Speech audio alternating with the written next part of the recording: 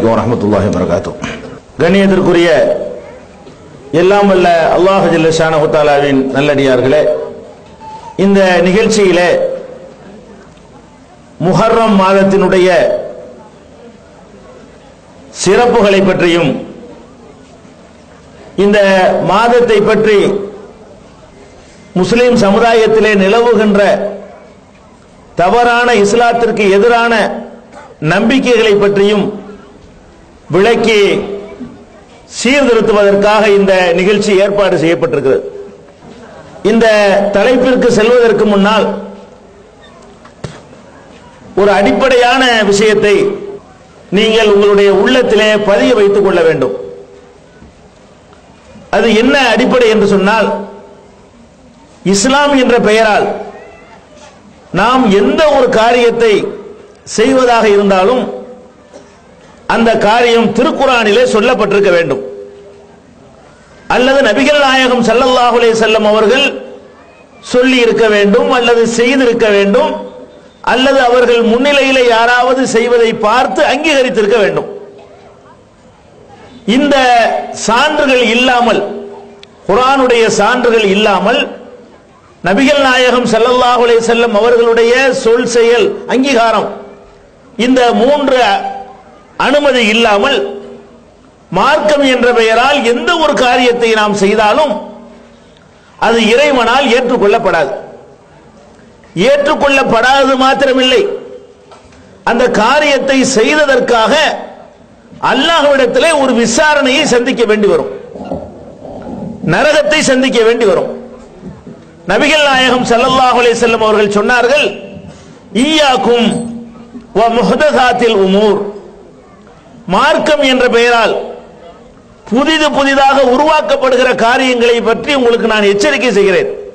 நபிகள் நாயகம் சொல்கிறார்கள், எனக்கு பின்னாடி மார்க்கம் என்ற பெயரால் புதிதாக எதையாவது உண்டாக்கி கொண்டே இருப்பார்கள், அப்படி செய்வதை பற்றி நான் உங்களுக்கு எச்சரிக்கை செய்கிறேன். குல்ல முஹதஸத்தின் பிதா, அப்படி உருவாக்கப்பட்ட எல்லா காரியங்களுமே அனாச்சாரங்கள். ஒ குல்ல பிதாத்தின் லலாலா, அப்படி ஒவ்வொரு அனாச்சாரமும் வழிகேடு. ஒ குல்ல லலாலத்தின் பின்னார், ஒவ்வொரு வழிகேடும் உங்களை நரகத்திலே கொண்டு போய் சேர்த்து விடும். நபிகள் நாயகம் ஸல்லல்லாஹு அலைஹி வஸல்லம் என்ன சொல்றாங்க நமக்கு, நான் மார்க்கம் என்று எதை உங்களுக்கு சொன்னேனோ அதோடு நிறுத்திக்கிறங்க. அதுக்கு மேல அவர் சொன்னார், இவர் சொன்னார், அத்தா சொன்னார், அம்மா சொன்னார், அஜத்து சொன்னார், ஊர் சொன்னாங்க, உலகம் சொன்னாங்க, சமுதாயம் சொன்னாங்க, ஜமாத்து சொன்னாங்க என்று நீங்கள் மார்க்கத்தின் பெயரால் எதையாவது உண்டாக்கினீர்களானால் அதனுடைய விளைவு நரகம், நீங்கள் நரகத்தை சந்திப்பீர்கள். இது நபிகள் நாயகம் ஸல்லல்லாஹு அலைஹி வஸல்லம் அவர்கள் நமக்கு செய்த எச்சரிக்கை. அது மாத்திரமில்லை, அவங்களுடைய இறுதி பேருரையிலே, கடைசி பேருரையிலே சொன்னார்கள், தரக்து ஃபீக்கும் அம்ரைனி லம் தலில்லு மா தமஸ்ஸக்தும் பிஹிமா கிதாபுல்லாஹி வ சுன்னதி, உங்க இடத்திலே நான் ரெண்டை விட்டு செல்கிறேன். கடைசி உரையில முஸ்லிம்களுக்கு சொல்ல வேண்டிய எல்லா அறிவுரைகளையும் சாறு பிழிந்து ஜூஸாக நமக்கு தரும்பொழுது சொன்னார்கள், தரக்து ஃபீக்கும் அம்ரைனி, உங்களிடத்திலே நான் ரெண்டு விஷயத்தை விட்டு போகிறேன். லன் தலில்லு மா தமஸ்ஸக்தும் பிஹிமா, அந்த ரெண்டையும் நீங்கள் பலமாக பற்றிக் கொள்கிற வரை வழி தவறவே மாட்டீர்கள். அது என்ன ரெண்டு விஷயம்? ஒன்று கிதாபுல்லாஹ், அல்லாஹ்வுடைய வேதம், ஓ சுன்னதி, என்னுடைய வழிகாட்டுதல். என்றாவது, ஒன்னு அல்லாஹ்வுடைய வேதத்தின்படி நடங்க, இரண்டாவது நான் சொன்னபடி நடங்க, நான் செஞ்சபடி நடங்க, நான் உங்களுக்கு காட்டி தந்த முறை பிரகாரம் நடங்க. இந்த ரெண்டை தவிர வேற ஒரு மார்க்கத்துக்கு நீங்க போனீங்க, நீங்கள் வழி தவறி விடுவீர்கள். இந்த அளவுகோல் தான் ஒவ்வொரு முஸ்லிமுடைய உள்ளத்திலும் ஆழமாக பதிய வேண்டும். இந்த அளவுகோலில் நீங்கள் உறுதியாக இருந்தால் இந்த பயானுக்கு தேவையே இல்லை. நிறைய அனாச்சாரங்கள் நம்மள்ட்ட வந்து நுழைஞ்சே இருக்க முடியாது. நம்ம கிட்ட மார்க்கத்தில் இல்லாத காரியங்கள் எல்லாம் எப்படி வந்து நுழைந்தன, குர்ஆன்ல இருக்குதா என்று நம்ம பார்க்கிறது இல்லை. நபிகள் நாயகம் இதை சொன்னார்களா செய்தார்களா என்று ஆய்வது இல்லை.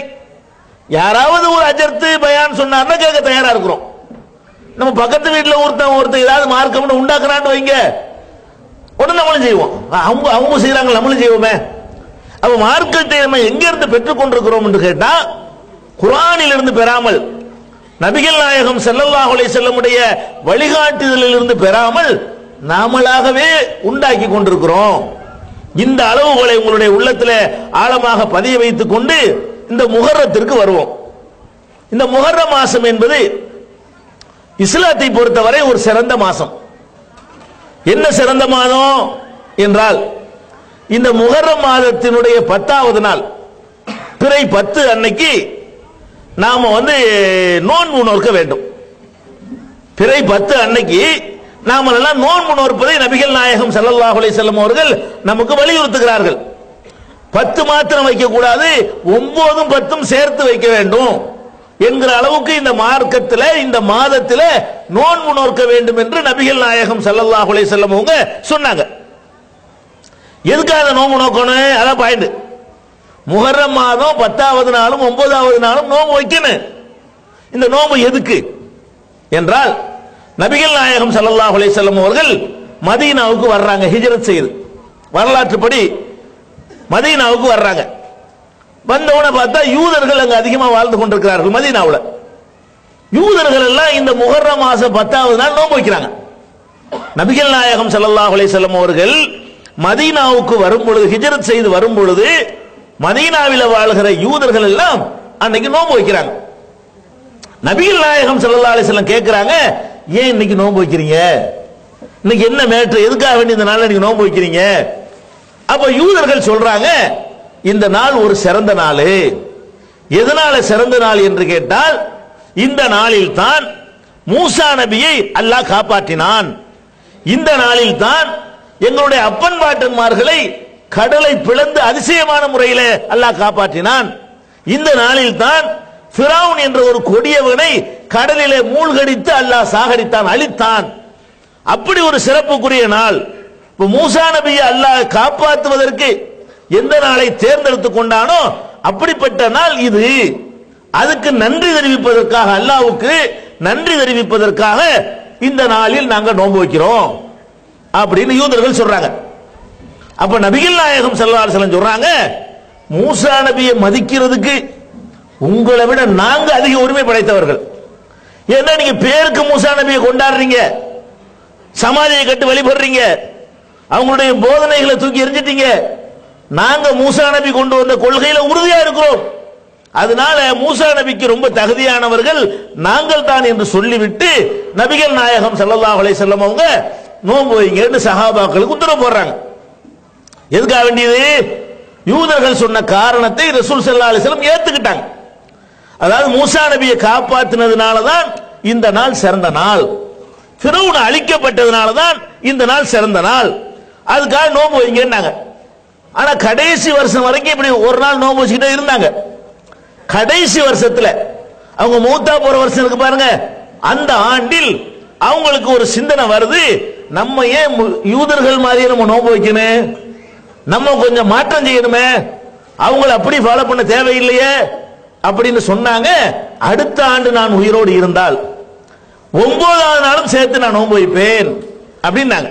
நீ 10 வைக்கிறீங்களே, நான் 10க்கு நோன்பு வைக்குவேன், அடுத்த வருஷம் நான் இருந்தால் 9க்கு வைக்குவேன் அப்படின்னு அந்த முஹர்ரம் மாசம் 10வது நாள் சொல்றாங்க. அடுத்த வருஷம் அவங்க இல்ல, மூத்தாயிட்டாங்க. அடுத்து வந்த ரபியுல் அவ்வல் நினைஞ்சிடறாங்க, மூத்தா போயிடுறாங்க, மரணிச்சிடுறாங்க. அப்ப நபிகள் நாயகம் ஸல்லல்லாஹு அலைஹி வஸல்லம் அவர்கள் அடுத்த ஆண்டு நான் இருந்தால் 9 நோன்பு வைப்பேன் என்று சொன்ன காரணத்தினால் 9க்கு நோன்பு வைக்கணும், 10க்கு நோன்பு வைக்கணும். இது சுன்னத். முஹர்ரம் மாதத்தினுடைய சிறப்புன்னு எடுத்துக்கிட்டீங்கன்னா இவ்வளவுதான். அதனுடைய வரலாறு என்று எடுத்துக்கொண்டீர்கள் இவ்வளவுதான். ஆனால் இன்றைக்கு முஸ்லிம்கள்ட்ட போய் கேளுங்க, தமிழக முஸ்லிம்கள்ட்ட போய் கேளுங்க, சென்னையில் வசிக்கிற முஸ்லிம்கள்ட்ட பெரும்பாலானவர்கள்ட்ட கேளுங்க, எதுக்குங்க முஹர்ரம் நோன்பு வைக்கிறீங்க? அது கர்பலா ஹுசைன் ஹசன் ஹுசைனுமாங்க. அதாவது இது மார்க்கத்தில் கர்பலாவுக்கு முந்தைய இந்த நோன்பு நம்ம கடமையாகிவிட்டது. கர்பலா நடந்தது நபிகள் நாயகம் ஸல்லல்லாஹு அலைஹி வஸல்லத்துக்கு பிந்தி. நோன்பு நமக்கு சுன்னத்தாக்கப்பட்டது கர்பலாவுக்கு பல 60-70 வருஷத்துக்கு முன்னாடி.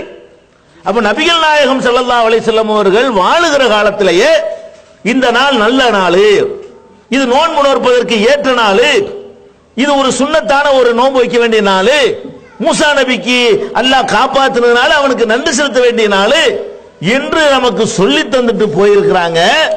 நாம என்ன பண்றோம்? நபிகள் நாயகம் ஸல்லல்லாஹு அலைஹி வஸல்லத்துக்கு பின்னாடி நடந்த ஒரு நிகழ்ச்சியை காரணம் காட்டி முஹர்ரம் அன்னைக்குன்னா நமக்கு எது நினைவுக்கு வரும்? முஹர்ரம்னா என்ன நினைவுக்கு வரும்? பஞ்சா நினைவுக்கு வரும், ஹசன் ஹுசைன் நினைவுக்கு வருவாரு, தீ மிதிக்கிறது நினைவுக்கு வரும், பூக்குழி இறங்குறது நினைவுக்கு வரும், கொடிமரம் நினைவுக்கு வரும், சப்பரம் எடுத்துக்கிட்டு போற நினைவுக்கு வரும், ஆடல் பாடல் கூத்துகள் நினைவுக்கு வரும். எது வராது? எதற்காக இந்த நாள் சிறந்தது என்று நபிகள் நாயகம் ஸல்லல்லாஹு அலைஹி வஸல்லம் சொன்னார்களோ அது நம்முடைய நினைவுக்கு வருவதில்லை. அப்ப முஹர்ரத்தில் நம்ம வைக்கிற நோன்பு எதுக்குன்னு விளங்கணும். ஃபர்ஸ்ட் இந்த நோன்புக்கும் ஹுசைனுக்கும் சம்பந்தம் கிடையாது. இந்த நோன்புக்கும் கர்பலாவுக்கும் சம்பந்தம் கிடையாது. இந்த நோன்புக்கும் இந்த ஷியாக்கள் உண்டாக்கி இருக்கிற சடங்குகளுக்கும் எந்த விதமான தொடர்பும் கிடையாது. ஏனென்றால் மார்க்கம் நபிகள் நாயகத்தோடு பூர்த்தி ஆயிடுச்சே தவிர அவங்க மௌத்துக்கு பிறகுலாம் மார்க்கம் வராது. கர்பலாங்கிறது மௌத்துக்கு பிறகு வருது. நபிகள் நாயகம் வாழுகிற நேரத்தில் அல்லாஹ்ட்ட இருந்து வஹி வருது, சொல்ல வேண்டிய செய்திகள்லாம் அல்லாஹ் சொல்றான், அவங்க சொல்லிட்டு போயிட்டாங்க. அதுக்கப்புறம் உலக வரலாற்றில் என்ன நடந்தாலும் அது மார்க்கத்தை பாதிக்காது. அதுக்கு நபிகள் நாயகத்துக்கு பிறகு ஹுசைன் ரலியல்லாஹு அன்ஹு கொல்லப்பட்டாலும் சரி, ஆயிஷா நாயகி கொல்லப்பட்டாலும் சரி, அவங்க மனைவிமார்கள் அத்தனை பேரையும் கொல்லப்பட்டாலும் சரி, அதனால மார்க்க சட்டம் மாறிக்குமா? அல்லாஹ் என்ன சொல்றான்? அல் யௌம அக்மல்து லக்கும் தீனக்கும். கடைசி ஹஜ்ஜியில அரஃபா பெருவழியிலே நபிகள் நாயகம் ஸல்லல்லாஹு அலைஹி வஸல்லம் அவர்கள் ஹஜ்ஜை நிறைவு செய்து கொண்டிருக்கிற நேரத்தில் அல்லாஹ் இந்த வசனத்தை அருளுறான், இந்த வசனத்தை இறக்குறான். இதுல அல்லாஹ் என்ன சொல்றான்? அல் யௌம அக்மல்து லக்கும் தீனக்கும். இன்றைய தினத்தில் உங்கள் மார்க்கத்தை நான் பூர்த்தியாக்கிட்டேங்கிறான். இன்றுனா என்று இன்றுன்னு சொல்றான். எப்போது? நபிகள் நாயகம் ஸல்லல்லாஹு அலைஹி வஸல்லம் இந்த உலகத்தில் வாழ்ந்து கொண்டிருந்தாங்களே அந்த ஆண்டு ஹிஜ்ரி 9வது ஆண்டுல அல்லாஹ் என்ன சொல்றான்? இன்றைய தினம் 9 லாஸ்ட்ல அடுத்து முஹர்ரம் வந்துருது. அந்த அந்த துல்ஹஜ்ஜில அல்லாஹ் என்ன சொல்றான்? இன்றைய தினம் உங்களுடைய மார்க்கத்தை நான் முழுமையாக்கி விட்டேன், என்னுடைய அருட்கொடைகளை பூர்த்தியாக்கி விட்டேன். ஒரு ரலீதுலக்குமுல் இஸ்லாம் தீனா, இஸ்லாம் என்பதை ஒரு வாழ்க்கை நெறியாக உங்களுக்கு பொருந்தி கொண்டேன். அப்ப மார்க்கம் நபிகள் நாயகம் ஸல்லல்லாஹு அலைஹி வஸல்லம் காலத்தில் முழுமைப்படுத்தப்பட்ட பிறகு இதெல்லாம் எப்படி இஸ்லாத்தை தீர்மானிக்கு? இந்த கர்பலாவெல்லாம் எப்படி இஸ்லாத்தில் சம்பந்தப்படும்? கர்பலா நாளையெல்லாம் எப்படி ஒரு சட்டம் உண்டாகும்? அதை வச்சு ஹராம் உண்டாயிருமா? அதை வச்சு ஹலால் உண்டாயிருமா? அதை வச்சு ஒரு காரியம் ஃபர்லாயிருமா?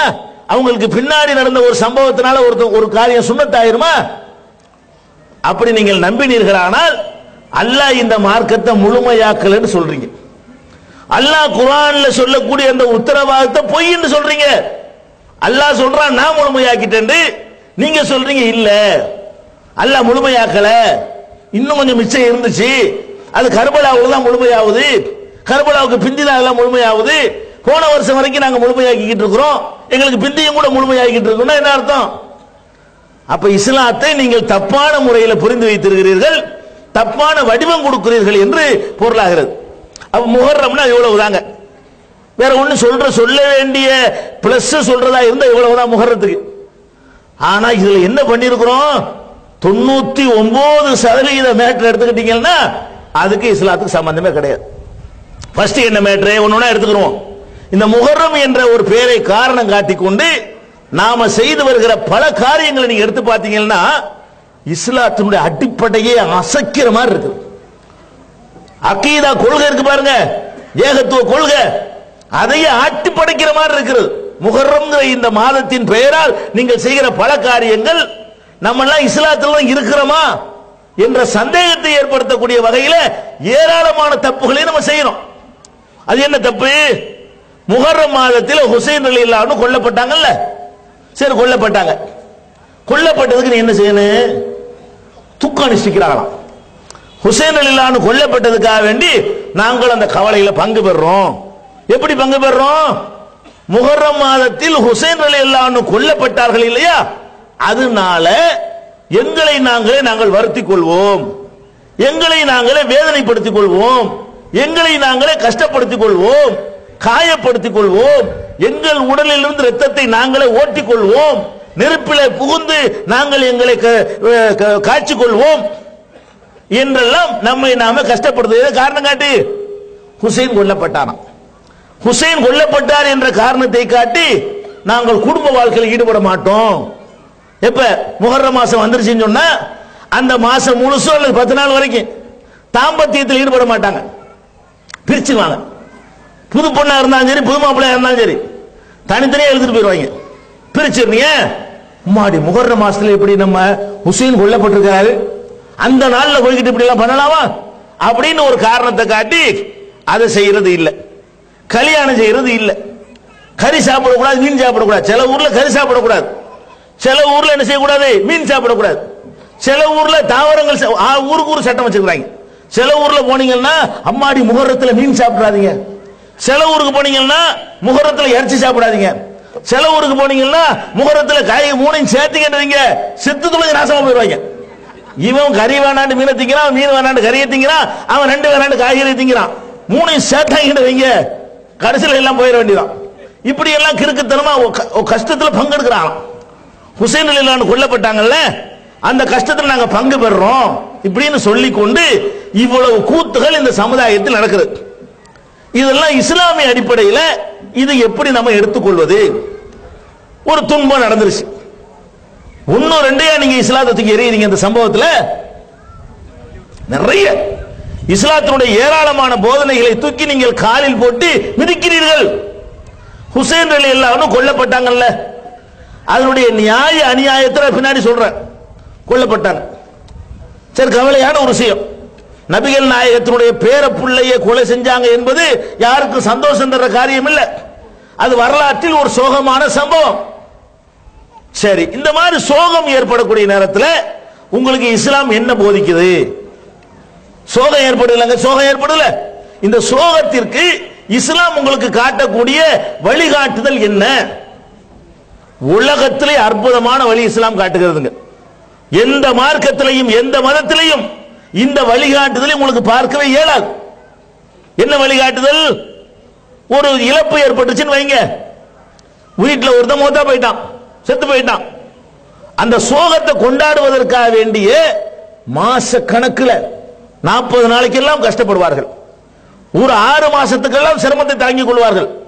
ஒரு நல்லது கெட்டது தேவச முடிகிற காலம் வரைக்கும் அந்த வீட்டில் கறி சாப்பிட மாட்டாங்க, மீன் சாப்பிட மாட்டாங்க. அப்படி தங்களுக்கு தாங்களே சிரமத்தை அனுபவிப்பாங்க. இஸ்லாம் என்ன சொல்லுது தெரியுமா உங்களுக்கு? ஒரு சோகம் உங்களுக்கு நிகழுமையானால் அதிகபட்சமாக நீங்கள் கவலைப்படுவதற்கு 3 நாட்கள் தான் உங்களுக்கு அனுமதி. உங்க வீட்டில் உங்க பொண்டாட்டி மௌத்தா போனாலும் இதான் சட்டம். ஹுசைனை விட்டுருங்க, நீங்க பெத்த புள்ள மௌத்தா போச்சு, இறந்து போச்சு, அதுக்காக வருஷமெல்லாம் துக்கம் கொண்டாடலாமா? வருஷம் துக்கம் கொண்டாடலாமா? உங்களுக்கு எவ்வளவு அனுமதி? 3 நாள் தான். எங்க வீட்டில் ஒரு மூத்து ஏற்பட்டுருச்சா, இன்னைக்கு நான் கவலையா இருக்கலாம், நாளைக்கு கவலையா இருக்கலாம். சாப்பிடாம அப்படி தூங்கிக்கிட்டு வேலை செய்யாம, கடைக்கு போகாம, தொழிலுக்கு போகாம, யாரோடையும் பேசாம இப்படி இடிஞ்சு போய் உட்கார்ந்து இருக்கலாம். 3வது நாள் உட்கார்ந்து இருக்கலாம். 72 மணி நேரம் கடந்து விட்டது என்று சொன்னால் நேத்து நீ என்ன செய்து கொண்டிருந்தாயோ அதுக்கு போயிடணும். சொந்த கடை வச்சுக்கிறவன் கடையை திறக்க போ, சம்பளத்துக்கு இருக்கிறவன் சம்பளத்துக்கு போ, வேலைக்கு உள்ளவன் வேலைக்கு போ, விளையாட போறவன் விளையாட போ. 72 மணி நேரத்திற்கு மேல் துக்கம் அனுஷ்டிப்பதற்கு அனுமதி இல்லை என்றார்கள் நபிகள் நாயகம் ஸல்லல்லாஹு அலைஹி வஸல்லம் அவர்கள். 3 நாள் தான். 3 நாளைக்கு மேல எந்த சோகமும் கிடையாது. 1400 வருஷமா சோகம் கொண்டாடுறாங்க. இவன் 3 நாளைக்கு தான் சோகம் அனுபவிக்கிறதுக்கு அனுமதி இருக்குது. என்னமோ முந்தா நாள் தான் ஹுசைன் கொல்லப்பட்ட மாதிரி, முந்தா நாள் தான் கொல்லப்பட்டார்னு சொல்லு. முந்தா நாள் தான் கொல்லப்பட்டார்னு சொன்னா, ஆஹா முந்தா நாள் கொல்லப்பட்டார், ரொம்ப கவலையான விஷயமாச்சுன்னு சொல்லலாம். உனக்கு நடந்து எத்தனை நாள் விட்டது? நான் கேட்கிறேன், ஹுசைன் ரலியல்லாஹு கொல்லப்பட்டதுக்கு சோகம் அனுபவிக்கிறீங்கள? அப்ப நபிகள் நாயகம் இறந்து போனாங்க, அதுக்கு எப்போ சோகம் அனுபவிப்ப?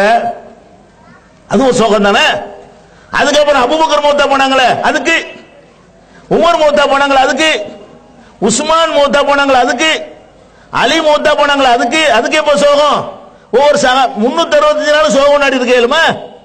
எந்த ஒரு கிழமையை எடுத்தாலும் யாராவது மௌத்தா இருப்பாங்க, நல்லவங்க. ஏதாவது ஒரு நபி மௌத்தா இருப்பாரு, ஒரு சஹாபி மௌத்தா இருப்பாரு, ஒரு நல்ல மனுஷன் இறந்து போயிருப்பாரு, ஒரு சாலிகான் அடியார் மௌத்தா போயிருப்பாரு. அப்ப இந்த சோகம் காட்டுவது என்று அதுக்கு தான் இஸ்லாம் என்ன பண்ணுதுன்னா நெறிப்படுத்துது. உனக்கு ரொம்ப நெருக்கமானதா இருந்தால் கூட உனக்கு அளவு என்ன? மூன்று நாட்கள் தான். அல்லாஹ் குர்ஆன்ல எப்படி சொல்லி காட்டுறான்னு கேட்டா, வல நபுலுவன்னக்கும், உங்களை நாம் சோதித்து பார்ப்போம் அல்லாஹ் சொல்லி காட்டுறான். எப்படி சோதிப்போம்? பிஷையின் மினல் ஹௌஃபி வல் ஜூஇ வ நக்ஸிம் மினல் அம்வாலி வல் அன்ஃபுஸி வ ஸமராத். உங்களுடைய உயிர்களை பறித்து சோதிப்போம். 2 பிள்ளையை மௌத்தாக்கிடுவேன், பாப்பாவை மௌத்தாக்கிடுவேன், அம்மா மௌத்தாக்கிடுவேன், பொண்டாட்டியை மௌத்தாக்கிடுவேன், புருஷனை மௌத்தாக்கிடுவேன். ஏதாவது உயிர்களை பறித்து உங்களை சோதிப்பேன். உங்களுடைய செல்வங்களிலே நஷ்டத்தை ஏற்படுத்தி சோதிப்பேன்.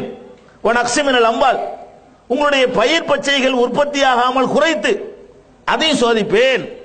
இந்த மாதிரி சோதனைகளை நான் தரும் பொழுது நீங்கள் எப்படி நடக்க வேண்டும் என்றால், ஓ பஷீரி சாபிரீன், நபியே முகமதே, இதை சகித்துக் கொள்கிறார்களே அவர்களுக்கு நற்செய்தி சொல்வீராக. யாருக்கு நற்செய்தி? துன்பங்கள் ஏற்படும் பொழுது, யா அல்லாஹ் அதை நாங்கள் சகித்துக் கொண்டோம், உன்னை எதிர்க்கல, நாங்க உன் ஜட்ஜ்மெண்ட் நாங்கள் ஏற்றுக்கொள்கிறோம் என்று யார் சகித்துக் கொள்கிறார்களோ அவர்களுக்கு நற்செய்தி சொல்வீராக அப்படின்னு அல்லாஹ் சொல்றான். சகிக்கிறதுனா என்ன? அதை அல்லாஹ் விளக்குறான். சகிக்கிறதுனா என்ன தெரியுமா? அல்லதீன இதா அஸாபத்துஹும் முஸீபத்துன், சகிக்கிறது என்றால் என்னன்னு கேட்டா, தங்களுக்கு துன்பங்கள் நேரக்கூடிய நேரத்தில் காலு, அவர்கள் எல்லாம் சொல்வார்கள், சொல்ல வேண்டும், இன்னா லில்லாஹி வ இன்னா இலைஹி ராஜிஊன். அல்லதீன இதா அஸாபத்துஹும் முஸீபத்துன் காலு இன்னா லில்லாஹி வ இன்னா இலைஹி ராஜிஊன். அவர்கள் இன்னா லில்லாஹி வ இன்னா இலைஹி ராஜிஊன் என்று சொல்லி சகித்துக் கொள்வார்கள். இதுக்கு என்ன அர்த்தம்? இதுக்கு என்ன அர்த்தம்? இன்னா லில்லாஹி மந்திரமா இது? இல்ல, இன்னா லில்லாஹி, நாங்களே அல்லாஹ்வுக்கு உரியவர்கள். ஹுசைன் மட்டுமா போயிட்டாரு? நாங்களும் அவனுக்கு உரியவர்கள். ஓ இன்னா இலைஹி ராஜிஊன், நாங்களும் அவனிடத்துல போக போறோம். ஒரு ஆள் மூத்தா போயிட்டாருங்க, தகப்பனார் இறந்துட்டாரு, இடிஞ்சு உட்காராம என்ன செய்யணுமா? தகப்பனார் மட்டுமா போயிட்டாரு, நானும் தான் போக போறேன். இப்போ தன்னால் நார்மலுக்கு வந்துரும். நம்ம மறுபடியும் சந்திக்க போறோம்லங்க, முடிஞ்சு போச்சா இஸ்லாத்துல? நம்ம தகப்பனாரை சந்திப்போம், ஹசனை சந்திப்போம், ஹுசைனை சந்திப்போம், நபிகள் நாயகத்தை சந்திப்போம், எல்லாம் சந்திக்க போறோம். வேற ஒரு உலகத்துக்கு டிரான்ஸ்பர் ஆயிருக்கிறோம். அதுக்கு தான் அல்லாஹ் எப்படி சொல்றான்னு கேட்டா, இன்னால் இல்லா, நாங்களே அல்லாஹ்வுக்கு உரியவர்கள் தான். ஓ இன்னா இலைஹி ராஜிஊன், அவனிடத்திலே நாங்கள் திரும்பி செல்லக்கூடியவர்கள் என்று சொல்லி யார் சகித்துக் கொள்கிறார்களோ அவர்களுக்கு தான் நற்செய்தி இருக்கிறது. அல்லாஹ் அப்ப நீங்க என்ன பண்ணணும்? ஹுசைன் ரலியல்லாஹு மூத்தா போயிட்டாங்கன்னு சொன்னா, அவங்க குடும்பத்தார் இருக்காங்களே, அவங்க 3 நாள் கவலையா இருந்து 4வது நாள் நார்மலுக்கு வந்துட்டாங்க, முடிஞ்சு போச்சு. உங்களுக்கு என்ன? அதுல உங்களுக்கு என்னங்கிற? அவங்களுக்கு அனுமதி இல்லையே. ஹுசைன் ரலியல்லாஹுடைய பொண்டாட்டிக்கு கூட அனுமதி கிடையாது. ஹுசைன் ரலியல்லாஹுடைய புள்ள குட்டிகள் இருந்தாங்கன்னா அவங்களுக்கு கூட அனுமதி கிடையாது. காலமெல்லாம் துக்கம் நஷ்டிக்கிறதுக்கு அவர்களுக்கே 3 நாளைக்கு தான் அனுமதி இருக்குன்னு சொன்னா, நீங்க என்ன பண்றீங்க? ஒரு சோக சம்பவத்தை வைத்துக் கொண்டு காலமெல்லாம் அதை காட்டி படம் காட்டி கொண்டிருக்கிறீர்கள். இது எதனால வந்து தெரியுமா? நம்ம மனிதனுடைய ஒரு சைக்காலஜி இருக்குங்க. மனிதனுடைய ஒரு சைக்காலஜி என்ன சைக்காலஜி தெரியுமா? உசுரோடு இருக்கிற வரைக்கும் அத்தாவை கவனிக்க மாட்டான், சோறு போட மாட்டான், செத்துட்டாருன்னு வைங்களேன் செல வைக்குவான். இவனுடைய இது என்னன்னு கேட்டா, உயிரோட இருக்கிற வரைக்கும் எந்த விதமான ஹெல்ப்பும் பண்றது கிடையாது. இறந்துட்டாங்கன்னு சொன்னா, அதுல கொல்லப்பட்டுட்டாங்கன்னு சொன்னா அதுக்கு தனி இமேஜ் ஏறும். இந்த சைக்காலஜி வச்சு கொண்டுதான் இப்ப ஈசா நபி அவர்கள் அவங்க அல்லாஹ்வால் உயர்த்தப்பட்டாங்க. என்ன பண்ணாங்க? சில பேரு அவரை வந்து கொலை பண்ணிட்டாங்கன்னு ஒரு கதையை காட்டி, அந்த ரத்தத்தை எடுத்து காட்டி, அந்த சிலுவை எடுத்து காட்டி, அதன் மூலமாக அந்த ரத்தத்தை காட்டி ஒரு அனுதாபம் வருதுல. பெரிய கொலையே பண்ணி ஒரு மோசமான ஒரு ஆட்சியாளனா இருந்திருப்பான், அவனை சுட்டு கொன்றுவாங்க, அவன் பொண்டாட்டி ஜெயிச்சு வந்துருவான். ஏன்? அந்த சுட்டு கொண்ட உடனே அவன் செஞ்ச அநியாயம் அக்கிரமம் எல்லாம் மறந்து போயிடும். எது மட்டும் தான் ஞாபகத்துக்கு வரும்? அநியாயத்தை கொண்டு விட்டாங்களே. இப்படிதான் இந்திரா காந்திக்கு ஆட்சிக்கு வர முடிஞ்சு, இப்படிதான் ராஜீவ் காந்திக்கு வர முடிஞ்சு. இந்திரா காந்தியை காட்டி ராஜீவ் காந்தி ஆளை காலி பண்ண உடனே வாரிசுக்கு ஓட்டு போட்டுருவான்ல. அதே மாதிரி பண்டார நாயக்காவை காட்டி அவர் பொண்டாட்டி ஸ்ரீமாவை பண்டார நாயக்கா, அதை காட்டிட்டு அவ மக சந்திரிகா, புட்டோவை காட்டிட்டு ஒரு மக பெனாசிர் புட்டோ, யாராவது மண்டையை போட்டான்னு வைங்களேன், காலி பண்ணிட்டாங்கன்னு வைங்களேன், அதை காட்டிக்கிட்டு இந்த ஆதாயம் தேடுவது என்பது மனிதனுடைய ஒரு பலவீனம். இதை சில மதவாதிகள் தங்களுடைய சுயநலனுக்கு பயன்படுத்தினார்கள். அதை பார்த்து காப்பி அடிச்சு தான் இவங்க என்ன பண்ணாங்க, நம்ம ஈசா நபி இயேசுநாதரை வச்சுட்டு விளையாடுறாங்கல்ல, நம்மளும் ஒண்ணு விளையாடுவோம். அப்படி உண்டானது இது. ஹுசைன் ரலியல்லாஹு அன்ஹு கொல்லப்பட்டதை ஒரு இஸ்லாமியன் எப்படி எதிர்கொள்ளணும்? என்ன அல்லாஹ்வுடைய பாதையில கொல்லப்படுறது பெரிய சோகானிஸ்டிக் ஒரு மேட்டரா? நெஞ்சு நிமித்து நின்று சரி, அநியாயத்துக்கு போராடினார், அநியாயத்தை ஏத்து நின்றார், வீரமரணம் அடைஞ்சார் அப்படின்னு பெருமையா சொல்லிட்டு போவியா? நீ இதை வச்சுக்கிட்டு சோக கதை வச்சுட்டு அலுவணி ஆட்ட ஆடினா என்ன அர்த்தம்? இது இஸ்லாத்துல கிடையாது. அப்ப நம்ம முதல் விஷயம் என்னன்னு கேட்டா, ஃபர்ஸ்ட் நம்ம என்ன தப்பு செய்யறோம்னு கேட்டா, அவங்க ஒரு தடவை யசீத் வந்து ஹுசைனை கொன்றான், இவங்க வருஷ வருஷம் கொள்றாங்க. இவன் கர்பலான்னு சொல்லி அவன் யசீது கொன்றது எத்தனை தடவை? ஒரு தடவை தான் ஹுசைனை கொலை பண்ணியிருக்கிறான். இவங்க வருஷ வருஷம் மேடையை போட்டுக்கிட்டு அவரை கொலை பண்ணி முடிக்கிறாங்களா இல்லையா? இது இஸ்லாமா? இதுக்காக வேண்டி நீங்க சோகானு சிரிக்கணுமா? யாரு மௌத்தா இருந்தாலும் சரி, இன்னும் சொல்றேன் கேளுங்க, எந்த ஒரு நாளை நீங்கள் எடுத்துக்கொண்டாலும் அதுல நல்லதும் கெட்டதும் சேர்ந்தே தான் கலந்திருக்கும். வெறும் நல்லதா நடக்கிற ஒரு நாளை உலகத்தில் நீ காட்டவே இயலாது, ஒரு கெட்டதா நடக்கிற ஒரு நாளையும் உலகத்தில் காட்ட இயலாது. இன்னைக்கு எடுத்துக்கிறோமே, இன்னைக்கு உலகத்தில் நடந்ததெல்லாம் எடுத்து பாருங்க. 100 குழந்தை பிறந்திருக்கு, 100 பேர் மண்டையை போட்டிருப்பான். 2 சேர்ந்து நடந்திருக்கு. இன்றைய தேதியில 100 குழந்தை பிறந்திருக்கு, அது அந்த குடும்பத்துக்கு நல்லது. 100 குடும்பத்தில் 100 பேர் மண்டையை போட்டிருப்பான், அந்த குடும்பத்துக்கு கெட்டது. 100 பேர் லாபம் அடைஞ்சிருப்பான். இன்னைக்கு இந்த நிமிஷத்தில் இன்னைக்கு கணக்கு பார்ப்பான் கடையில், இன்னைக்கு நம்ம 10,000 ரூபாய் லாபம் கிடைச்சிருக்கு 100 பேர் சொல்லுவான். இன்னொரு 100 பேர் கணக்கு பார்ப்பான், 10,000 நஷ்டமா போச்சுமா. அப்ப இந்த ஒரு நாளை எடுத்துக்கொண்டீர்களே ஆனால் 100 பேர் லாபம் இருக்கும், 100 பேர் நஷ்டம் இருக்கும். 100 பேர் நோய்வாய்ப்பட்டிருப்பான், 100 பேர் டிஸ்சார்ஜ் ஆகி வந்திருப்பான், 100 பேர் ஆஸ்பத்திரிக்குள்ள போயிருப்பான், 100 பேர் ஆஸ்பத்திரி வெளியே வந்து. இப்படிதான் நடக்கு. எந்த ஒரு நாளா இருந்தாலும் இன்னைக்கு எல்லாம் டிஸ்சார்ஜ் நாள்னு சொல்ல இயலுமா? எல்லா ஆஸ்பத்திரியில வெளியேறிவான் ஒரு நாள் உலகத்தில் இருக்குதா? இல்ல. இன்னைக்கு கடை திறந்தா எல்லாத்துக்கும் லாபம் தான் ஒரு நாள் இருக்குதா? எனக்கு லாபம்னா அவருக்கு நஷ்டம், அவருக்கு லாபம்னா எனக்கு நஷ்டம். இப்படிதான் உலகத்தில் இருக்குது. அப்ப எந்த ஒரு நாள்லையும் மௌத்தும் இருக்குது, ஹயாத்தும் இருக்குது. எந்த ஒரு நாள்லையும் லாபம் இருக்குது, நஷ்டம் இருக்குது. எந்த ஒரு நாள்லையும் விபத்தும் இருக்குது, விபத்துல தப்பிக்கிறதும் இருக்குது. எந்த ஒரு நாள்லையும் கஷ்டம் இருக்குது, சில பேர் கஷ்டத்திலிருந்து விடுதலையும் இருக்குது. எந்த ஒரு நாள்ல கல்யாணம் இருக்குது, தலாக்கும் இருக்குது. ஒரு நாள்ல நடக்குது. அப்ப எந்த நாள்லயா நன்மையா நடக்குதா? இல்ல. அப்ப நன்மைகளும் தீமைகளும் கலந்துதான் ஒவ்வொரு நாளும் இருக்குது என்று சொல்லக்கூடிய நேரத்தில் ஒரு முஸ்லீம் எப்படி நடந்து கொள்ள வேண்டும் தெரியுமா? நல்லதான் எடுத்துக்கணுமா? இதான் பாயிண்ட். இஸ்லாம் உங்களுக்கு சொல்ற அடுத்த மேட்டர் என்ன? துக்க அனுஷ்டிப்பதற்கு ஒரு லிமிட் இஸ்லாம் சொல்லுகிறது. அந்த லிமிட்டை நீங்கள் மீறுகிறீர்கள். ஃபர்ஸ்ட். இரண்டாவது இஸ்லாம் சொல்லுகிறது, ஒரு சோகமே நடந்திருக்கட்டுமே, சோகம் நடந்ததால் சோகத்தை நீங்கள் எடுத்துக்கொள்வதா, நல்லது நடந்திருக்குமே அதை வைத்துக் கொண்டு நல்லது என்று எடுத்துக்கொள்வதா? இஸ்லாம் உங்களுக்கு வழிகாட்டுகிறது, நல்லதை எடுத்துக்கொள்ளுங்கள்.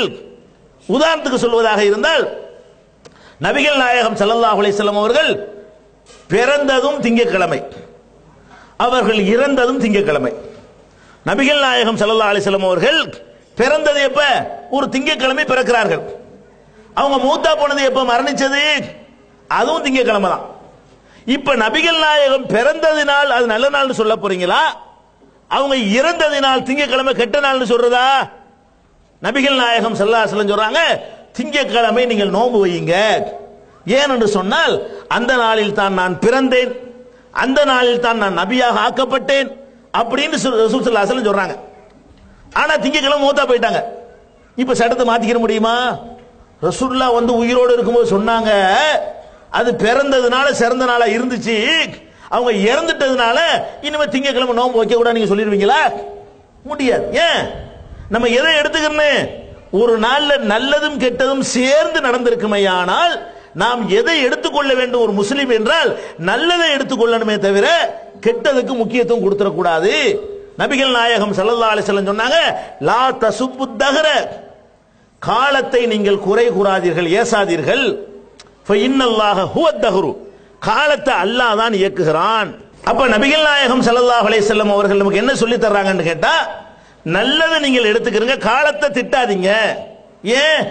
காலம் அல்லாஹ் தான் காலம்.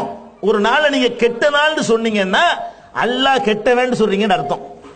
இன்னும் சொல்ல போனா, அல்லாஹ் சொல்வதாக நபிகள் நாயகம் ஸல்லல்லாஹு அலைஹி வஸல்லம் சொல்றாங்க, யூதீனி இப்னு ஆதம், ஆதமுடைய மகன் மனிதன் என்னை நோவினைப்படுத்துகிறான், என்னை புண்படுத்துகிறான். எப்படி புண்படுத்துகிறான்? அவன் காலத்தை குறை சொல்கிறான், நானே காலமாக இருப்பதால் அவன் என்னத்தான் குறை சொல்றான். இது கெட்ட நாள், இது மோசமான நாள்னா அல்லாஹ் மோசமானவன் அர்த்தம். அட நான் தானடா காலம், காலத்தை டிசைட் பண்ற நான் தானே. காலமா தனியா உனக்கு ஒண்ணு செய்யுது. உனக்கு ஒரு நாளில் வறுமை வந்தா தந்தது நான். நீ காலத்தை குறை சொன்னு சொன்னா அதை தந்த என்னை நீ குறை சொல்ற. நீ ஒரு இழப்பு ஏற்பட்டதனால் இது தரித்திரம் முடிச்ச நாள் நீ சொன்னு சொன்னா அல்லாஹ்வை தரித்திரக்காரன் சொல்ற. இதான் அர்த்தம் என்று நபிகள் நாயகம் ஸல்லல்லாஹு அலைஹி வஸல்லம் அவர்கள் காலத்தை குறை சொல்லாதீங்கன்னு இருக்கிறாங்க. நீங்க என்ன பண்றீங்க? அவர்கள் கொல்லப்பட்டார்கள் என்ற ஒரு காரணத்தை காட்டிக்கொண்டு இந்த நாள் கெட்ட நாளுங்கிறீங்க. இந்த நாள் இடம்பெற்றிருக்கிற காரணத்தினால் மாசமே கெட்டதுங்கிறீங்க. கல்யாணம் பண்ண மாட்டேங்கிறீங்க, நல்லது கெட்டது பண்ண மாட்டேங்கிறீங்க, வீடு குடி போக மாட்டேங்கிறீங்க, ஒரு நல்ல காரியத்தை துவக்க மாட்டேங்கிறீங்க, ஒரு கடை திறக்க மாட்டேங்கிறீங்க. என்ன முஹர்ரம் முடியட்டும், இந்த 10 நாள் கழியட்டும், இந்த பீடையெல்லாம் போகட்டும். அப்ப இப்படி நாட்களை ஒதுக்குவதற்கு உங்களுக்கு யார் மார்க்கத்தில் அதிகாரம் கொடுத்தா? இந்த மாதிரி ஒரு மூட நம்பிக்கை நபிகள் நாயகம் ஸல்லல்லாஹு அலைஹி வஸல்லம் காலத்திற்கு முன்னால் அரபுகள்கிட்ட இருந்துச்சு. என்ன நம்பிக்கை? ஷவ்வால் என்ற ஒரு மாதத்தை பீடை மாதம் என்று அவர்கள் கருதினார்கள். ஷவ்வால் ஒரு மாதம், ஷவ்வால்னா நோன்பு பெருநாள், ரமலானுக்கு அடுத்த மாசம். ரமலானுக்கு அடுத்து வரக்கூடிய ஷவ்வால் என்ற மாதத்தை பீடை மாதம் என்று கருதினார்கள். அவங்களுக்கு விளக்கம் சொல்ற விதமா ஆயிஷா நாயகி சொன்னாங்க, மக்களே நீங்க எல்லாம் ஷவ்வால் மாதத்தை பீடைன்னு நினைக்கிறீங்க. ஷவ்வாலில் தான் என்னை நபிகள் நாயகம் கல்யாணம் செய்தார்கள். ஷவ்வாலில் தான் நாங்கள் இல்லற வாழ்க்கையை துவக்கினோம். என்னை விட நபிகள் நாயகத்துக்கு நெருக்கமான மனைவி யார் இருந்தார் கேட்கிறாங்க. நீ எதை பீடைன்னு நினைக்கிறியோ அந்த மாசத்தில் தான் என்னை நபிகள் நாயகம் திருமணம் செய்தார்கள். அந்த மாசத்தில் தான் நாங்கள் இல்லற வாழ்க்கையை துவக்கினோம். எங்களை விட சந்தோஷமா வாழ்க்கை நடத்தினது யாரு? அப்ப என்ன அர்த்தம்? இந்த மாதங்கள் சபர் பீடை, முஹர்ரம் பீடை, அது பீடை, இது பீடை அதெல்லாம் கிடையாது. சித்திரை பீடை, ஆடி பீடைங்கிற மாதிரி காப்பி அடிச்சு அவங்களுக்கு ஆடி இருக்குல்ல, நமக்கு ஒரு முஹர்ரம் இருக்கட்டும், அவங்களுக்கு சித்திரை இருக்குதுல, நமக்கு ஒரு சபர் இருக்கட்டும், இப்படி எல்லாம் காப்பி அடிச்சு வந்த மேற்று தானே தவிர மார்க்கத்தில் உங்களுக்கு அப்படி சொல்லப்பட்டிருக்கிறதா? இந்த மாசத்தை பீடை நாள் ஆக்கிக்கிறேன்னு சொல்லப்பட்டிருக்கிறதா? அப்போ ஹுசைன் ரலியல்லாஹு அன்ஹு கொல்லப்பட்டு இருந்தாலும் கூட அதுக்காக வேண்டி நீங்கள் அந்த துன்பத்தை கொண்டாடுவதற்கு, துன்ப நாளாக கருதுவதற்கு அனுமதி இருக்குதான்னு கேட்டா அனுமதி இல்லை. நல்லது என்ன? மூசா நபி காப்பாற்றப்பட்டாங்கல்ல, அந்த நல்லதுதான் உங்களுக்கு ஞாபகத்துக்கு வரணும். புது ஆடை அன்னைக்கு போடணும். இன்னைக்கு சந்தோஷத்துக்கு ரசூலுல்லாஹ் செஞ்சாங்கல்லங்க, சஹாபாக்கெல்லாம் சந்தோஷமா தான் கொண்டாடினாங்க. முஹர்ரம் மாசம் 9 நாளைக்கு என்ன பண்றான்னு கேட்டா அன்னைக்கு ஒரு துக்கம் அனுஷ்டி, கருப்புங்கிற துக்கத்துக்கு சம்பந்தம் இல்ல, நடைமுறையில் இவன் கருப்பை இவனா துக்கோண்டு வச்சுக்கிட்டு என்ன பண்றான், அன்னைக்கு கருப்பு சட்டை போட்டுவாங்க, கருப்பு பேச்சு கட்டிக்கிறாங்க. கருப்பு சட்டை வாங்க வசதி இல்லைன்னு வைங்களேன், கருப்புல ஒரு சின்னதா எடுத்து சட்டையில குத்திக்கிறாங்க. என்ன செய்யறாங்களாம்? சோகம் காட்டுறாங்களாம், துக்கம் அனுஷ்டிக்கிறாங்களாம். நீங்க வேணும்னு என்ன செய்யணும்? நல்ல பல பலண்டு புது மாத்துறதுக்காக வேண்டி இது மூசா நபி காப்பாற்றப்பட்ட நாள், அன்னைக்கு நல்லா நீட்டா பவுடர் அடிச்சு மேக்கப் பண்ணி சூப்பரா வெளியே வரணும். விளையாட்டுக்கு சொல்லல, அது சந்தோஷம் கொண்டாடக்கூடிய நாள், அது ஒரு மகிழ்ச்சிகரமான நாள், அல்லாஹ்வுக்கு நன்றி செலுத்த வேண்டிய நாள். உங்களை விட மூசாவுக்கு அதிக உரிமை படைத்தவர்கள் என்று நபிகள் நாயகம் ஸல்லல்லாஹு அலைஹி வஸல்லம் அவர்கள் மகிழ்ச்சி பெருக்கை வெளிப்படுத்திய நாள். ஃபிரௌன் நான் தான் இறைவன் என்று மார்தட்டினானே, அவன் அழிக்கப்பட்ட நாள். அப்படி ஒரு சந்தோஷமான நாள் என்று சொல்லி அன்றைக்கு மகிழ்ச்சியை கொண்டாட வேண்டிய இந்த சமுதாயத்தை சோகத்தில் ஆழ்த்துகிற காட்சியை நம்ம பார்க்கிறோம். இது இரண்டாவது தப்பு. இந்த முஹர்ரம் என்ற அடிப்படையை வைத்துக் கொண்டு நாட்களை ஒதுக்குறாங்க பாருங்க, இது இரண்டாவது தப்பு. நாள்ல நல்ல நாள் கெட்ட நாளே கிடையாது. இது ஒரு அடிப்படையை விளங்கிக் கொள்ளணும். அடுத்து என்னன்னு கேட்டா, ஒரு துக்கம் நடந்துருச்சுன்னு வச்சுக்கிறீங்க, அந்த துக்கத்தை வெளிப்படுத்துறதுக்குன்னு ஒரு முறை இருக்குது. துக்கம் நடந்துருச்சு, நீங்க 3 நாள் துக்கம் அனுஷ்டிக்கலாம், 3 நாளைக்கு அதுக்கு நெறிமுறை இருக்குது. துக்கம் அனுஷ்டிக்கலான்ற உடனே என்ன வேணாலும் செஞ்சுக்கலாமா? அந்த 3 நாளில் கூட இதை செய்யணும், இதை செய்யக்கூடாது என்று நபிகள் நாயகம் ஸல்லல்லாஹு அலைஹி வஸல்லம் அவர்கள் நமக்கு வழிகாட்டி இருக்கிறார்கள். எப்படி வழிகாட்டுறாங்க? லைஸ மின்னா மன் லரபல் ஹுதூத் வ ஷக்கல் ஜுயூப் வ தாபி தஅவல் ஜாஹிலியா. யார் ஒருத்தர் துன்பம் ஏற்படும் பொழுது சட்டையை கிழித்துக் கொள்கிறானோ, கன்னத்தில் அறைந்து கொள்கிறானோ, மூடத்தனமான வார்த்தைகளை முழங்குகிறானோ, அவன் நம்மை சேர்ந்தவன் இல்லை. நபிகள் நாயகம் சொல்றாங்க, ஒரு கஷ்டமே ஏற்பட்டு போச்சியா, பொண்டாட்டியே மௌத்தா போயிட்டான், புள்ளையே மௌத்தா போச்சு, அப்பனே மௌத்தா போயிட்டான், அதுக்காக வேண்டி சட்டை கிழிச்சுக்கிறீங்களா? அதுக்காண்டி மாற அடிச்சுக்கிறீங்களா? அதுக்காண்டி உங்களை நீங்களே வேதனைப்படுத்திக் கொள்வீர்களா? அதுக்காண்டி கஷ்டப்படுவீங்களா? நபிகள் நாயகம் சொல்றாங்க, இப்படி ஒருத்தன் செஞ்சா அவனுக்கு எனக்கு அவன் முஸ்லீம் இல்லைன்ட்டாங்க. நீங்க வேற சமயத்தில் இருந்து உடனே செஞ்சுட்டு போங்க. நீங்கள் என்னை சேர்ந்தவனாக இருப்பதாக இருந்தால் ஒரு முஸ்லிம் எல்லா நேரத்திலும் அறிவுபூர்வமானவனாக இருக்கணும், மூட நம்பிக்கை கிறுக்குத்தனங்களுக்கு இடம் கொடுக்காதவனாக இருக்கணும். அவங்க சொல்றாங்க, லைஸ மின்னா, நம்மை சேர்ந்தவனே இல்லை. யாரு? மல்தரபல் ஹுதூத், கன்னத்திலே அடித்துக் கொள்ளக்கூடியவனும், வசக்கல் ஜியூப், சட்டைகளை கிழித்துக் கொள்ளக்கூடியவனும், கிறுக்குத்தனமாக புலம்பி திரியக்கூடியவனும் நம்மை சேர்ந்தவன் இல்லை. நீங்க என்ன பண்ணிட்டு இருக்கிறீங்க? என்ன பண்றீங்க? ஹுசைன் கொல்லப்பட்டார்னு காரணத்தை காட்டிக்கிட்டு ரோட்ல பார்த்தா, மவுண்ட் ரோட்ல பார்த்தா அல்லாஹ் சாமி வருதுங்கிறாங்க. என்னடா அல்லாஹ் சாமின்னு பார்த்தா கத்தியை வச்சுக்கிட்டு குத்துறான். இதெல்லாம் வந்து போலீஸ்காரங்களாம் சொல்ற சட்டப்படி இது குற்றம், உள்ள முடிச்சாலும் வைங்கல. இந்த மாதிரி தன்னைத்தானே பொது இடத்துல குழந்தைய உசுரோட கொண்ட முஸ்லீம்கள்லாம் யாரும் சப்போர்ட் கிடையாது. அவங்க நினைச்சுக்கிட்டு இருக்கிறாங்க டோட்டல் முஸ்லீம் ஆதரிக்கிறோம். 4 கிறுக்கு பையன் இதை செய்யலாம், முஸ்லீம் ஆதரிக்க மாட்டான். அவர்களை பிடிச்சு என்ன செய்யணும்? தற்கொலை முயற்சி பண்ணினார்கள் சொல்லி ரோட்ல கத்தி வச்சு கிழிச்சிட்டு போறாங்க. இஸ்லாத்தின் பெயரால அந்த மவுண்ட் ரோட்ல ஊர்வலம் சன் டிவியை பார்த்தா அதை போட்டு பிளாஷ் பண்ணி நம்மளை கேவலப்படுத்தும். என்ன ஆகுது? கிழிக்கிறாங்க, ரத்தம் ஓடுது. இதுக்கு சட்டத்தில் இடம் இருக்கா? இஸ்லாத்திலும் இடம் இல்லை. இங்கே உண்டா? இங்கே உண்டு. இந்த மாதிரி ரத்தத்தை கிழிச்சாங்கன்னு சொன்னா ஒரு 25 பேர் கம்ப்ளைண்ட் பண்ணுங்க, ஸ்டேஷன்ல கையெழுத்து போட்டு, சார் இவன் காயப்படுத்துறான், தற்கொலைக்கு முயற்சி பண்றான் சார்னு சொல்லி, எவன்லாம் இப்படி பண்ண போறான்னு தெரியும். விளையாட்டு சொல்லல, தீமைகளை கண்டால் கையால தடுக்க முடியாது. உங்களால சட்டத்தின் துணை கொண்டு தடுக்க முடியுமா? முடியாதா?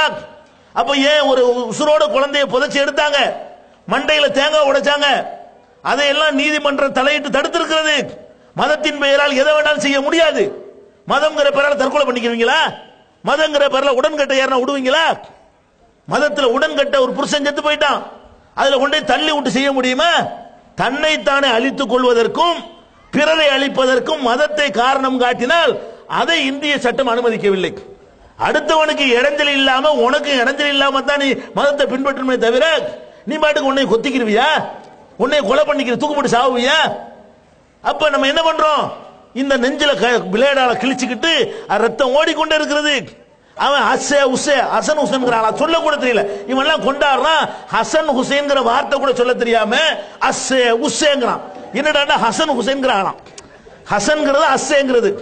ஊர்வலம் வாங்கி என்னடா சொல்றான்னு கூர்ந்து கட்ட ஒண்ணு விளங்காது. என்ன சொல்றானா? ஹசன் ஹுசைன் சொல்ல தெரியாம அஸ்ஸே உஸ்ஸே அஸ்ஸே உஸ்ஸேங்கிறாங்க. ஜனல எட்டி பார்க்கற, என்னடா அஸ்ஸே உஸ்ஸே? கடைசியில் விசாரிச்சு பார்த்தா ஹசன் ஹுசைன்கிறாங்களாம். ஹசன் ஹுசைன் சொல்ல தெரியாதவெல்லாம் விட்டு அந்த மக்களுடைய அறியாமையை பயன்படுத்தி கொண்டு, இந்த விளையாட்டுக்கு சொல்லல, நீங்க என்னைக்கு செய்ய போறானோ, யார் யாரெல்லாம் செய்ய போறான்னு லிஸ்ட் எடுத்து இந்த தற்கொலை முயற்சி பண்ணுகிறார்கள் கையெழுத்து போட்டு நீங்க ஸ்டேஷன்ல கம்ப்ளைண்ட் கொடுக்கணும். அப்பதான் இந்த தீமையை தடுக்க முடியும். சட்டத்தில் இடம் கிடையாது. அப்ப நம்ம என்ன பண்றோம்? ஹுசைன் ரலியல்லாஹு அன்ஹு கொல்லப்பட்டதற்கு உனக்கு நீ அவருடைய பிள்ளையா இருந்தா கூட உனக்கு இது அனுமதி கிடையாது. நீ யாரோ அவர் யாரோ, உன் பிள்ளை அவருடைய பெத்த பிள்ளையா இருந்தா கூட நீ சட்டையை கிழிச்சுக்கிற உனக்கு அனுமதி கிடையாது. மார்க்கத்தில் உன்னை வேதனைப்படுத்திக் கொள்ள அனுமதி கிடையாது. அதை இந்த மார்க்கத்தின் பெயரால் செய்கிற காட்சியை பார்க்கிறோம். அதே மாதிரி என்ன பண்றான்? தீய வளர்த்து நெருப்ப மூட்டி, எந்த மார்க்கத்தில்? மூட நம்பிக்கைகளை முற்றாக தகர்த்து எறிந்த ஒரு மார்க்கத்தில் உலகத்தில் உள்ளவர்களாம் தேடி ஓடி வர்றான் இஸ்லாத்தை நோக்கி. பெரிய பெரிய அறிஞர்கள், சிந்தனையாளர்கள் எல்லாம் அழகான மார்க்கம், ஏமாத்தாத மார்க்கம், சுரண்டாத மார்க்கம், மூட நம்பிக்கை எதிர்க்கிற ஒரு மார்க்கம், அற்புதமான ஆன்மீக நெறி என்றெல்லாம் உலகமெல்லாம் இஸ்லாத்தை காதலித்துக் கொண்டிருக்கிறது. இவன் என்ன பண்றான்னு கேட்டா, நெருப்ப வளர்த்து அன்னைக்கு தீயில இறங்குறான், வேதனைப்படுத்திக் கொள்றான். இது என்ன தீயில இறங்குறது பெரிய பக்தி? கேட்டான்னு சொல்றான். பாத்தீங்களா, தீயில இறங்கி கூட சுடல, தீயில இறங்குறீல, நான் கேட்கிறேன், இதுல ஒரு பெரிய சாதனையோ பெரிய ஆன்மீகமோ பவரோ கிடையாது. நீ தீயில நிக்கிறீலப்பா, உட்காரு கொஞ்ச நேரம் தீயில. முடியுமா உனக்கு? தீயில உட்கார இயலுமா? அது என்ன மேட்டு தெரியுமா? நம்ம கை உள்ளங்கை இருக்கு பாருங்க, உள்ளங்கையும் உள்ளங்கால், இது மற்ற தோள்களை விட இது எக்ஸ்ட்ரா கொஞ்சம் தடிமனான தோல். இது கொஞ்சம் தாங்குற சக்தி எல்லாமே கூட. குளிர தாங்குவதா இருந்தாலும் சரி, வெயில தாங்குவதா இருந்தாலும் சரி, இப்படி கைய வைங்க தரையில, வெயில்ல பாலைவனத்து மணல்ல இப்படி கைய வைங்க, வைக்க முடியாது. இப்படி வைங்க, கொஞ்ச நேரம் வைக்கலாம். சூடான ஒரு மணல்ல இப்படி கையை ஒரு 2 நிமிஷம் வைக்கலாம், 1 நிமிஷம் வைக்கலாம், இப்படி வைக்க முடியாது, 1 செகண்ட் கூட வைக்க முடியாது. அப்ப நம்ம அந்த கைகளும் கால்களும் என்ன செய்யுதுன்னு கேட்டா, அப்படி விட்டு விட்டு எடுத்தோம்னு சொன்னா தீக்கங்க கூட எடுத்து போடலாம். தீ கங்க வளர்த்து இப்படி போடலாம். அந்த கேப் அதுக்கு போதும். எடுத்து தூக்கி போட்டுறீங்கல்ல. கிராமங்கள் அப்படி செய்வாங்க. நாங்கெல்லாம் சின்ன பிள்ளையா இருக்கும்போது அடுப்புலான சோறாக்குவாங்க. எங்க அம்மாவெல்லாம் செய்வாங்க. ஒரு அடுப்புல உள்ள தீக்கங்க எடுத்து அடுத்த கைனால தூக்கி போட்டுருவாங்க. அப்படி ஒரு அடுப்புல இருந்து அடுத்த அடுப்பு தீ வேணும். தீப்பெட்டில அந்த காலத்துல ஜாஸ்தி கிடையாது. அடுப்புல உள்ள தீக்கங்க கையினால எடுத்து அப்படி கிராமங்கள்ல போட்டுருவாங்க. ஏன் அப்படி போடுறாங்க? பெரிய சாதனம் ஒண்ணும் கிடையாது. அப்படி எடுத்து போடுற அளவுக்கு தாங்காது. போட்டுறீங்கல்ல, எடுத்து போட்டு இருக்கலாம். அந்த கேப் போதும் அந்த சூடு ஆறி போறதுக்கு. அதனால தீயில இறங்குறீங்கல்ல, வச்சு எடுத்துறீங்க, எடுத்துறீங்க, அது போதும். யாரு வேணாலும் கடவுள் இல்லைன்னு கூட இறங்கி காட்டுறாங்க. தர்காவில் இறங்குற மாதிரி யாரு இறங்குறா? கடவுள் இல்லைன்னு கூட இறங்கலாம். இதுக்கு மாரியம்மா அருளும் கிடையாது, ஹசன் அருளும் கிடையாது, ஹுசைன் அருளும் கிடையாது. இதுல எந்த விதமான ஆன்மீகம் கிடையாது, எந்த ஒரு பவரும் கிடையாது. இது எவன் வேண்டாலும் செய்யலாம். நீ நெசமா அங்க என்னமோ பவர் இருக்கு நீ நிரூபிக்கிறதா இருந்தா நில்லு. தீ மீதியில நிக்க வச்சு உட்கார வேணாப்பா, உட்கார்ந்தாண்டு வயிறு முடிஞ்சு வச்சுக்காத. தப்பி தவறி உளுந்துடுறாங்களே, என்ன ஆகுதுன்னு பாக்குறீங்களா? நடந்து போறவன் தப்பி தவறி உளுந்தாண்டு வைங்க, அவ்வளவு ஷஹாதான்னு எதிர்த்துருவாங்க. முடிஞ்சு வச்ச கதை. அப்ப என்ன மேட்ரு? ஒண்ணு தீயில நின்று காட்டு, தீயில நடந்து காட்டக்கூடாது. தீயில நான் 2 நிமிஷம் நிப்பேன், நில்லு பாப்போம். ஏன் நிக்க முடியல உன்னால? அப்ப நீ என்ன ஏமாத்துற? இயற்கையை யாரு வேண்டாலும் செய்யக்கூடிய ஒரு காரியத்திற்கு ஒரு ஆன்மீக போர்வையை போத்தி மக்களை ஏமாத்தி மதத்துக்கு ஆள் பிடிக்கிறியா? இஸ்லாம் இதை அங்கீகரிக்காது. இந்த மாதிரி ஃப்ராட சொல்லி மதத்தை வளர்ப்பதை இஸ்லாம் ஊக்குவிக்காது. இதை காட்டி இஸ்லாத்துல சேர்க்க போறியா? நீ இதை காட்டி இஸ்லாத்துக்கு வாங்கன்னு கூப்பிட போறியா? இதெல்லாம் ஃப்ராட். இது அப்ப நீங்க என்ன விளங்கிக் கொள்ள வேண்டும் என்று சொன்னால், இந்த தீமிதி என்பது இது சாதாரணமான ஒரு நிகழ்வு. இது விளங்கிக்கணும். ரெண்டாவது ஒரு சின்ன கஷ்டம், லேசா சுடும். சுடாதுன்னு சொல்ல இயலாது, வெந்து போய் செத்து போயிட மாட்டானே தவிர லேசா சுடும். அந்த மாதிரி ஆன்மீகத்தின் பெயரால் நம்மை நாமே வேதனைப்படுத்திக் கொள்வதை பொதுவா இஸ்லாம் அனுமதிக்குதா? இல்ல. நபிகள் நாயகம் ஸல்லல்லாஹு அலைஹி வஸல்லம் அவங்க காலத்துல நடந்த சில சம்பவங்களை பாருங்க. போய்கிட்டு இருக்காங்க ரசூல் ஸல்லல்லாஹு அலைஹி வஸல்லம். அப்போ ஒரு வயசான ஒரு கிழவன், ஒரு முதியவர். அந்த முதியவர் என்ன பண்றாருன்னா, நடக்க இயல்ல அவருக்கு. இந்த பக்கம் ஒரு மகன், இந்த பக்கம் ஒரு மகன். 2 மகன் தோள்லையும் கையை போட்டுக்கிட்டு முடியாம அப்படி கால்கள்லாம் தரையில இழுபட நடந்து வர்றாரு. இத நபிகள் நாயகம் ஸல்லல்லாஹு அலைஹி வஸல்லம் நடந்து எங்க போறார்? மக்காவுக்கு போறார். நடந்து எங்க போறாருன்னு கேட்டா, மதீனாவிலிருந்து மக்காவுக்கு போறார். அப்ப நபிகள் நாயகம் ஸல்லல்லாஹு அலைஹி வஸல்லம் பார்த்துட்டு கேட்கறாங்க, இந்த கிழவனுக்கு என்னங்கறாங்க.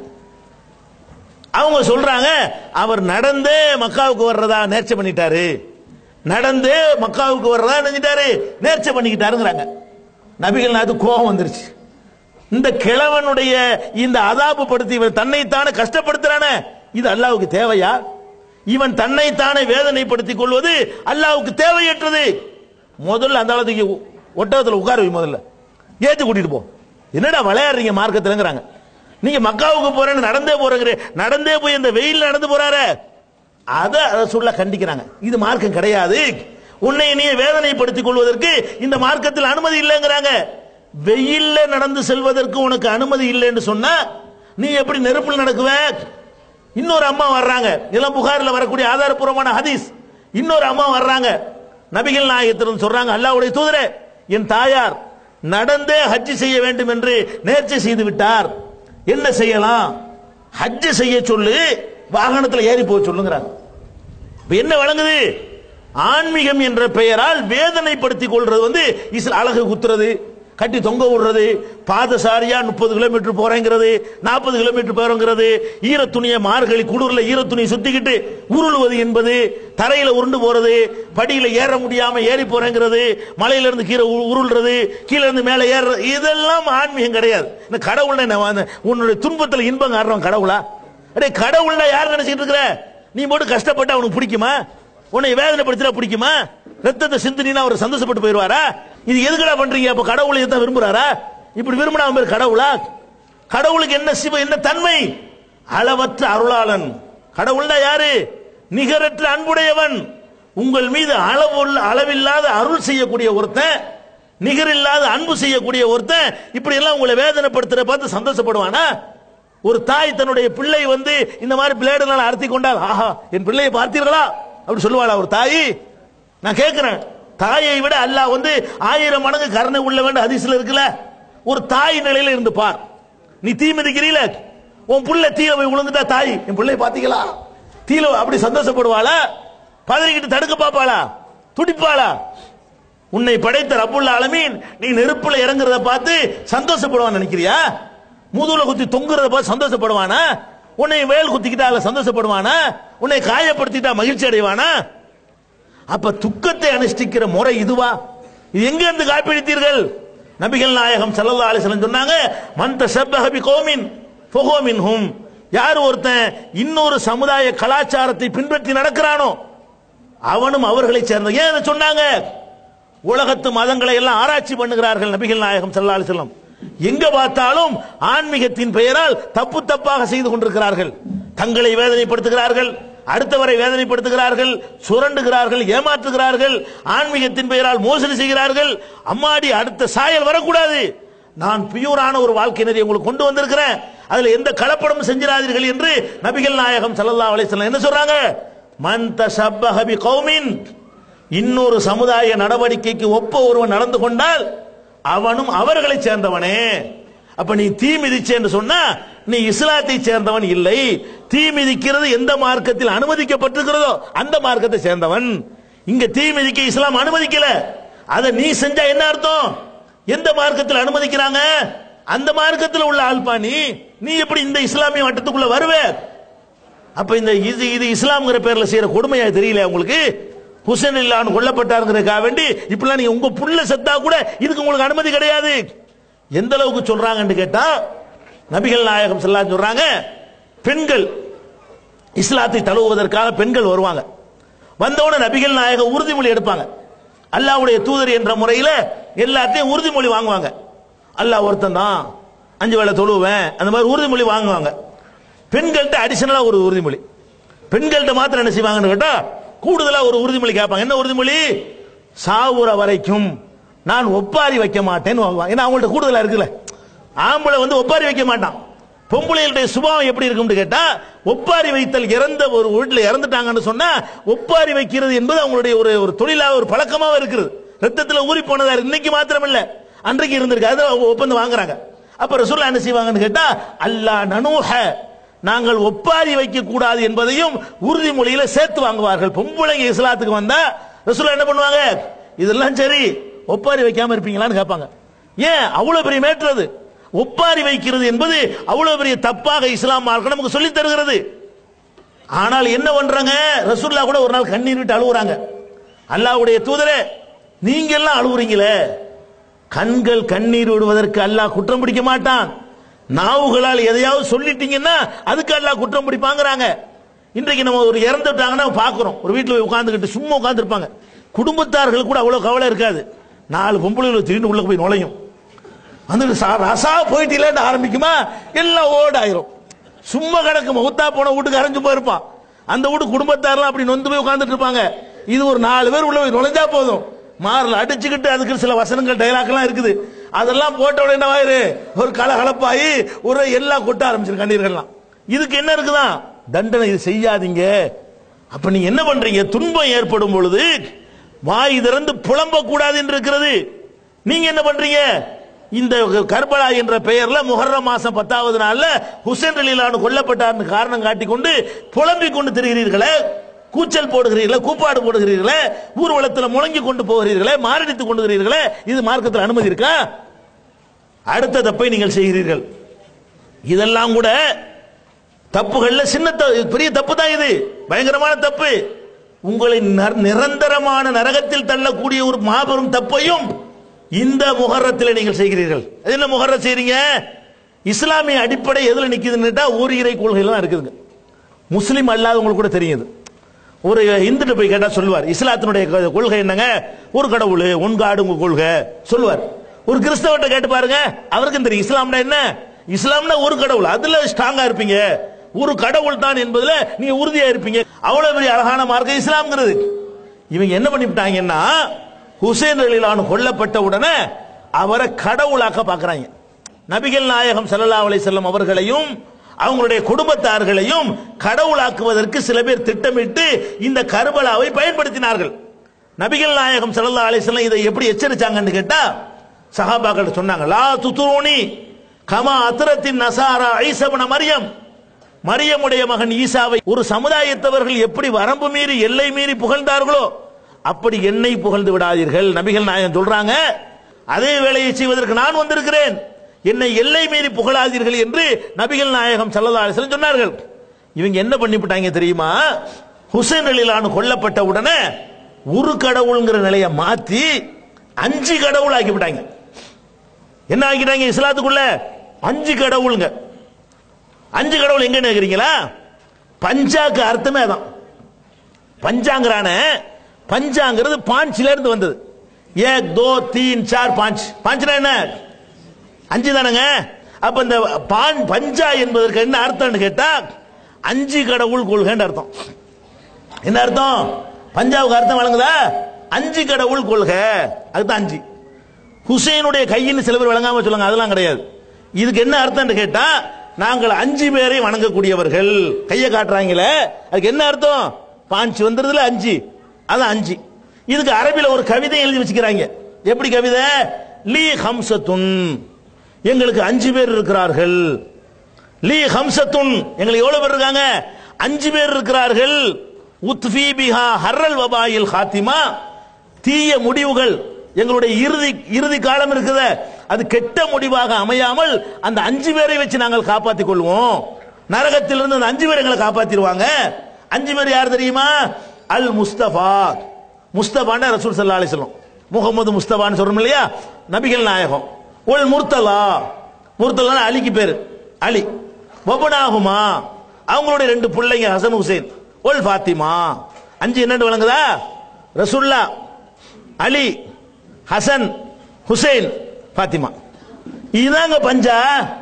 இவன் என்ன சொல்ல வர்றான் வழங்குதா? ஒரு கடவுளை சொல்லி தந்த ஒரு மார்க்கத்தில் அந்த கடவுள் வேணான்னு தூக்கி எறிஞ்சிட்டு இவன் என்ன பண்றான்? அல்லாஹ்வுடைய ரசூலை கடவுளாக்கி, ரசூலுல்லாஹ்வுடைய மர்மவனை கடவுளாக்கி, அவங்களுடைய பிள்ளைய 2 பேரையும் கடவுளாக்கி, அவங்களுடைய மகளையும் கடவுளாக்கி, எங்களுக்கு 5 கடவுள். இந்த 5 கடவுளை காட்டுவதற்குத்தான் ஒரு கை மாறி செஞ்சு குதிரையில வச்சு அல்லது தலையில வச்சு அதை ஜருகையில சுத்தி பல பல பாக்கி எடுத்துட்டு போறாங்க. விளங்குதா உங்களுக்கு? அட பாவிகளா, இதான் இஸ்லாமா? ஒரு கடவுள் கொள்கையை சொல்லி தந்த ஒரு மார்க்கத்தில் இந்த 5க்கு என்ன வேலை?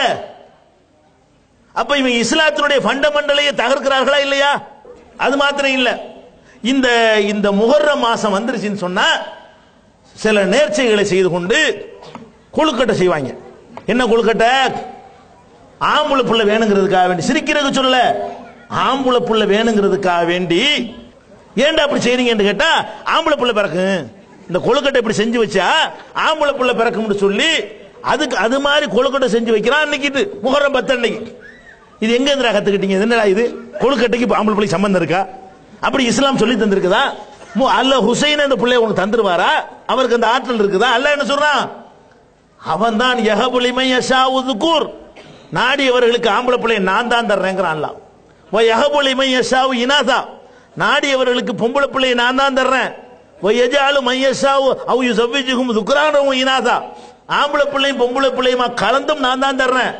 வ யஜஅலு மை யஷாஉ அகீமா, நாடியவர்களை மலடாக பிள்ளை பேர் இல்லாதவர்களாக நான் தான் ஆக்குறேன், என்னுடைய தனிப்பட்ட அதிகாரம் அப்படின்னு அல்லாஹ் சொல்றான். இவங்க என்ன பண்றாங்க? கொழுக்கட்டை செய்யுங்க, புள்ள பிறந்தன, ஆம்பளை புள்ள பிறந்தன, இதெல்லாம் எங்க இருந்து கத்துக்கிட்டீங்க? அப்ப அந்த மாதிரி கொழுக்கட்டை, தலை மாதிரி கொழுக்கட்டை, ஹுசைனுடைய தலை மாதிரி எவ்வளவு பெருசு கொழுக்கட்டை, ஹுசைனுடைய மண்டையை திங்கிறாங்க பாருங்க, எவ்வளவு கெட்ட என்னன்னு. இல்ல ஒரு சரியா வருமா? ஒரு அறிவுள்ளவன் செய்வானா? மனிதாபிமானம் உள்ளவன் செய்வானா? ஹுசைன் கொல்லப்பட்டார்னா அவர் தலை மாதிரி ஒரு கொழுக்கட்டை செஞ்சு வச்சுட்டு அன்னைக்கு உருண்டையை பிடிச்சி பிடிச்சி திங்கிறாங்க. என்னடான்னு கேட்டா ஹுசைனுடைய மண்டைங்கிறாங்க. அப்ப இவங்க எல்லாம் ஒரு நர மாமிசம் திங்கக்கூடியவர்கள், மனித மாமிசத்தை திங்கக்கூடியவர்களா இருக்கிற காட்சியை பார்க்கிறோம். இஸ்லாமிய வரலாற்று பிரகாரம் பாத்தீங்கன்னா நபிகள் நாயகத்துக்கு பிறகு அலி ரலியல்லாஹு அன்ஹு காலத்தில் 2 கவர்மெண்ட் ஆகி போச்சு. அலி ரலியல்லாஹு அன்ஹுடைய காலத்தில் பாதி அரசாங்கம் முஆவியா கையில் இருக்கிறது, பாதி அரசாங்கம் அலி கையில் இருக்கிறது. 2ஆ பிரிஞ்சிட்டாங்க. இதுக்கு இடையில அலி ரலியல்லாஹு அன்ஹு மௌத்தா போய் இறந்த பிறகு அவங்களுடைய மகன் ஹசன் என்ன பண்றாரு? அந்த பாதி அரசாங்கத்துக்கு ஜனாதிபதி ஆகுறாரு. அலியுடைய மகன், மூத்த மகன் ஹசன் ரலியல்லாஹு அன்ஹு அவர்கள் ஜனாதிபதி ஆகுறாங்க. அப்ப ஹசன் ரலியல்லாஹு யோசிக்கிறாங்க, ஒரு இஸ்லாத்துல இதுக்கு ரெண்டு அரசாங்கம், இது என்ன பதவி, நமக்கு என்ன பதவியா முக்கியம் அப்படின்னு சொல்லி முஆவியா ரலியல்லாஹு பேசி நீங்களே ஒரு ராஜாவா இருந்திருங்கன்னு விட்டுட்டார். ஹசன் ரலியல்லாஹு என்ன பண்ணினாருன்னு கேட்டா, ஒரு அரசராக நீங்களே இருந்துக்கிறீங்க, இஸ்லாத்திற்கு ரெண்டு அரசாங்கம் தேவையில்லைன்னு சொல்லிட்டு தன்னுடைய கையில் இருந்த அந்த பாதி அரசாங்கத்தை கொண்டு போய், அவர் ரசூலுல்லாஹ்வுடைய பேரப்புள்ள தான், ஹசனும் பேரப்புள்ள தான், அவரை காட்டி ரசூலுல்லாஹ் சொன்னாங்க, என்னுடைய இந்த பேரப்புள்ள இருக்கிறாரே இவரை வைத்து அல்லாஹ் பிரிந்து போன என் சமுதாயத்தை ஒன்றுபடுத்துவாண்டாங்க. பிரிந்து போன பிளவுபட்ட என்னுடைய சமுதாயத்தை ரெண்டு துண்டாகி விடுவார்கள், என்னுடைய இந்த பேரப்புள்ள ஒன்றுபடுத்துவார் என்று நபிகள் நாயகம் சொன்னாங்களே, அதை செஞ்சார். அவர் கையில பாதி கவர்மெண்ட் இருக்கிறது, ரெண்டு கவர்மெண்ட் வேண்டாம்னு சொல்லி முஆவியா ரலியல்லாஹு அன்ஹு வந்து அண்ணங்காரு கொடுத்துறாரு. அப்ப என்ன பண்ணனே, ஒரு அரசாங்கம் ஆகி போச்சு. இப்ப போய்கிட்டு இருக்க வேண்டியதானே. இவர் போய்கிட்டு என்ன பண்றாருன்னா, எங்களுக்கு ஒரு பங்கு வேணும், இது என்ன நியாயம்? அதனால இவர் போனது வந்து எந்த வகையில நியாயம் கிடையாது, தேவையில்லாத ஒரு வேலை. இன்னும் எவ்வளவு நல்ல காரியங்கள் அங்க செஞ்சிருக்கலாம். சரி போயிட்டாங்க. அந்த அவங்க யுத்தம்னு வரக்கூடிய நேரத்தில் நடவடிக்கைகள் அவங்க கொல்லப்பட்டாங்க, அநியாயமா கொல்லப்பட்டாங்க, அது ஒரு விஷயம். அப்ப இந்த சம்பவத்தில் இதோடு நிறுத்திக்கணுமே தவிர இதை போட்டு விமர்சிக்கிறது, யசீதை திட்டுறது, முஆவியாவை திட்டுறது, இது எல்லாமே தப்பு. அஹ்மது ஷாஃபி இமாம் அவர்கள்ட்ட கேட்ட ஒரு பொன்மொழியை சொல்லி இந்த பிரச்சனைக்கு உங்களுக்கு தெளிவுபடுத்த விரும்புகிறேன். ஷாஃபி இமாம் அவர்கள்ட்ட மதுஹபை பின்பற்றுகிறாங்கல்ல, ஷாஃபி இமாம்கிட்ட கேட்கிறாங்க, இந்த மாதிரி சண்டை போட்டுக்கிட்டாங்களே, கர்பலா நடிச்சுக்கிட்டாங்களே, இதை பத்தி என்ன சொல்றீங்க? ஷாஃபி இமாம் சொல்றாங்க, நல்ல வேலைக்கும் அந்த காலத்துல நம்ம வாழல, அந்த இரத்த கரையிலிருந்து நம்ம கையை அல்லாஹ் காப்பாத்தி விட்டான், நம்ம நாவுனால அதை பேச வேணான்ட்டாங்க. இரத்த கரையிலிருந்து நம்ம கையால நம்ம இருந்தா நம்ம ஒரு பக்கம் ஆயுதம் தூக்கி இருப்போமா இல்லையா, அல்லாஹ் நம்மளை காப்பாத்திக்கிட்டான்ட்டாங்க. அதனால இந்த முஹர்ரம் மேற்று, கர்பலா மேற்று பேசுற மேற்று இல்ல, ஏதோ ஒரு தவறு நடந்து போச்சு, இஸ்லாமிய வரலாற்றில் ஏதோ ஒரு வகையில் புரிந்து கொள்வது தவறு ஏற்பட்டு விட்டது அப்படின்னு மறந்து விட்டு இஸ்லாத்தினுடைய கொள்கைகள், கோட்பாடுகள், சட்டதிட்டங்கள், அவனுடைய சிறப்புகளை எடுத்து கடைபிடிச்சிட்டு போகணுமே தவிர இது மாதிரியான கிறுக்குத்தனங்களை எல்லாம் செய்யக்கூடாது. முஹர்ரம் மாதத்தில் என்ன செய்யணும், என்ன செய்யக்கூடாது என்பதை எல்லாம் தெளிவாக விளக்கும் விதமாக ஏகத்துவத்தில் சிறப்பிதழ் போட்டிருக்கிறாங்க. அதுல நிறைய ஆதாரங்கள் கொடுத்திருக்கிறோம், என்னென்னலாம் அன்னைக்கு செய்யணும், என்னென்னலாம் செய்யக்கூடாது, இப்ப நான் சொன்னதற்கெல்லாம் என்ன ஆதாரம், அது எல்லாம் இந்த மாதம் வந்திருக்கிற ஏகத்துவங்கிற பத்திரிகையில் இருக்கிறது. அதை பார்த்து நீங்கள் உண்மையான செய்திகளை புரிந்து கொள்ள வேண்டும் என்று கூறி, கொடுக்கப்பட்ட நேரம் முடிந்துவிட்ட காரணத்தினால் என்னுடைய உரையை நிறைவு செய்கிறேன். வாஹிர் தாவானா அனில் அல்ஹம்துலில்லாஹி.